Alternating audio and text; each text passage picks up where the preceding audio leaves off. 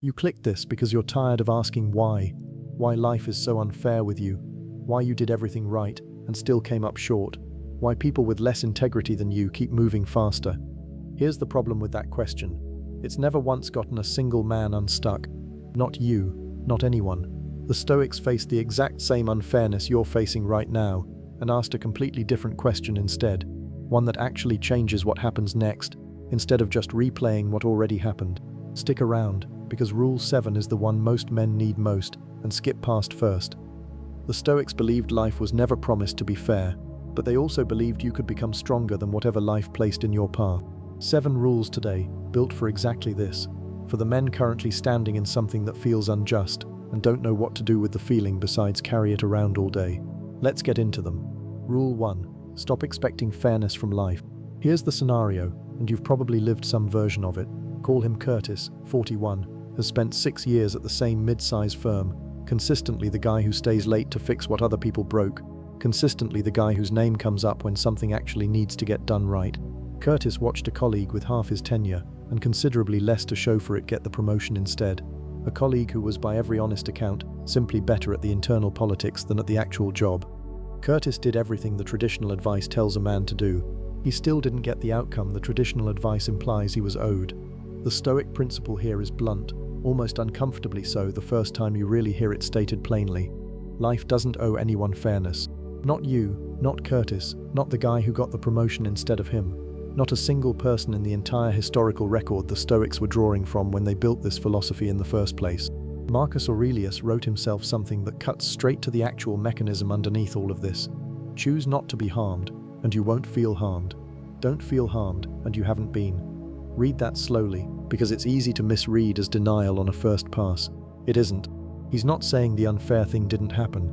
It happened, to Curtis and to you. He's saying the second wound, the ongoing injury of replaying it for months, resenting it, letting it quietly define your mood at work every single day since, is one you're actually issuing yourself, on top of whatever the first injury already was. The action here is simple to state and takes real repetition to actually build.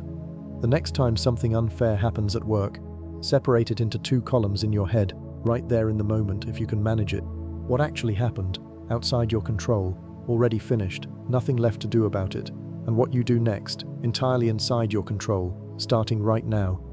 Spend your energy exclusively on the second column. The first one doesn't need you anymore. Rule 2. Don't let other people's success become your failure. This one shows up everywhere in modern life, probably more than any other item on this list, because it's engineered to. Social media comparison, running constantly in the background of an ordinary day. Friends buying houses you can't currently afford. Former classmates who seem to have figured out something you haven't. That specific, quiet feeling of being behind at 35, or 45, or wherever you happen to be standing right now. Seneca warned about exactly this trap, and he named the actual emotional cost of it directly, not softened. We should keep in mind 3 things to be avoided, above almost anything else: hatred, envy, and contempt. Envy specifically is the one comparison manufactures, quietly, almost without you noticing it's happening, every time you let someone else's highlight reel set the baseline for what your own life should look like. Comparison creates suffering that didn't need to exist in the first place. That's the whole mechanism, and it's entirely self-inflicted, which is actually good news, because it means it's entirely within your power to stop supplying it. The only fair comparison available to you is the one between who you are today and who you were a year ago.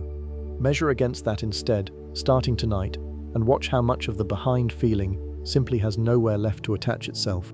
If either of those first 2 rules already landed somewhere real, subscribe now.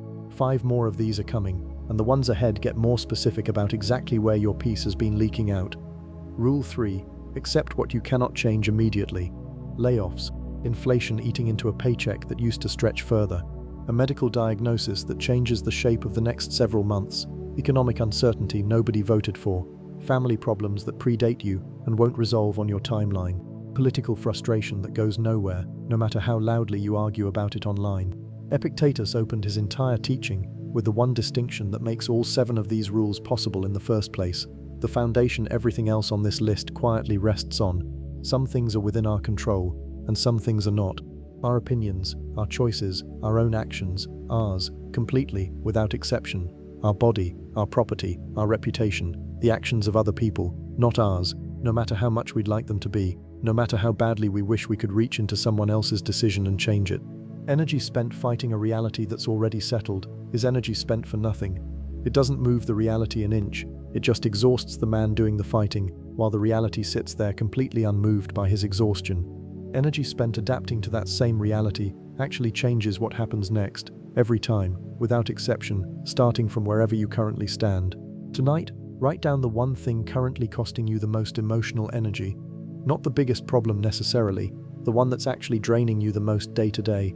Then ask, honestly, without letting yourself dodge the question, is this something I can still act on, or something I need to stop fighting and start adapting to instead? Most men have never asked that question directly about their biggest current stressor. Most of their exhaustion has been hiding in the unasked question the whole time. We're 3 rules in, and it's worth noticing something before we go further. None of these first 3 required your circumstances to change at all. Not Curtis's promotion, not the comparison trap, not whatever's currently sitting on the list you just wrote down. Every rule so far has been entirely about where you aim your attention once the unfair thing has already happened. That's not an accident, and it's not going to change for the next 4 either. It's the actual thread running underneath this entire video. Rule 4. Turn every setback into training. A business that failed after years of work poured into it. A divorce that took a marriage you'd planned to keep for life.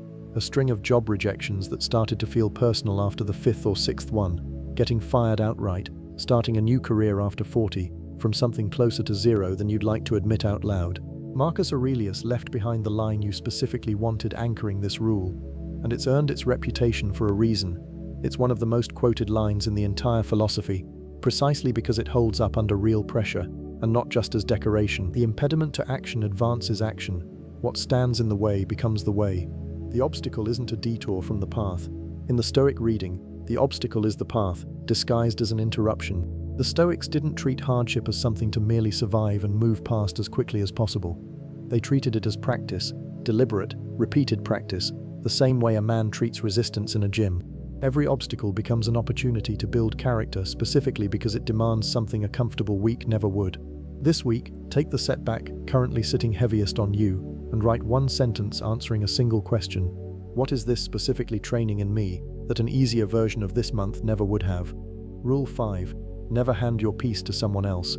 Disrespect from a colleague. Online criticism from strangers who don't know you and never will. A toxic boss who seems to specialize in getting under your skin. Family drama that resurfaces at every holiday like clockwork. Neighbors. An ex-partner who still knows exactly which button to press. Marcus Aurelius gave us the image that captures this rule better than almost any direct instruction could. Be like the rock that the waves keep crashing over. It stands unmoved, and the raging of the sea falls still around it. Notice what the rock isn't doing in that image. It's not fighting the waves. It's not resenting the sea for existing.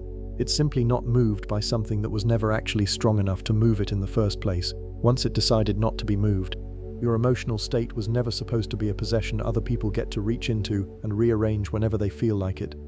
Every time you let someone else's bad behavior dictate your mood for the rest of the day, you've quietly handed them something that was only ever yours to keep.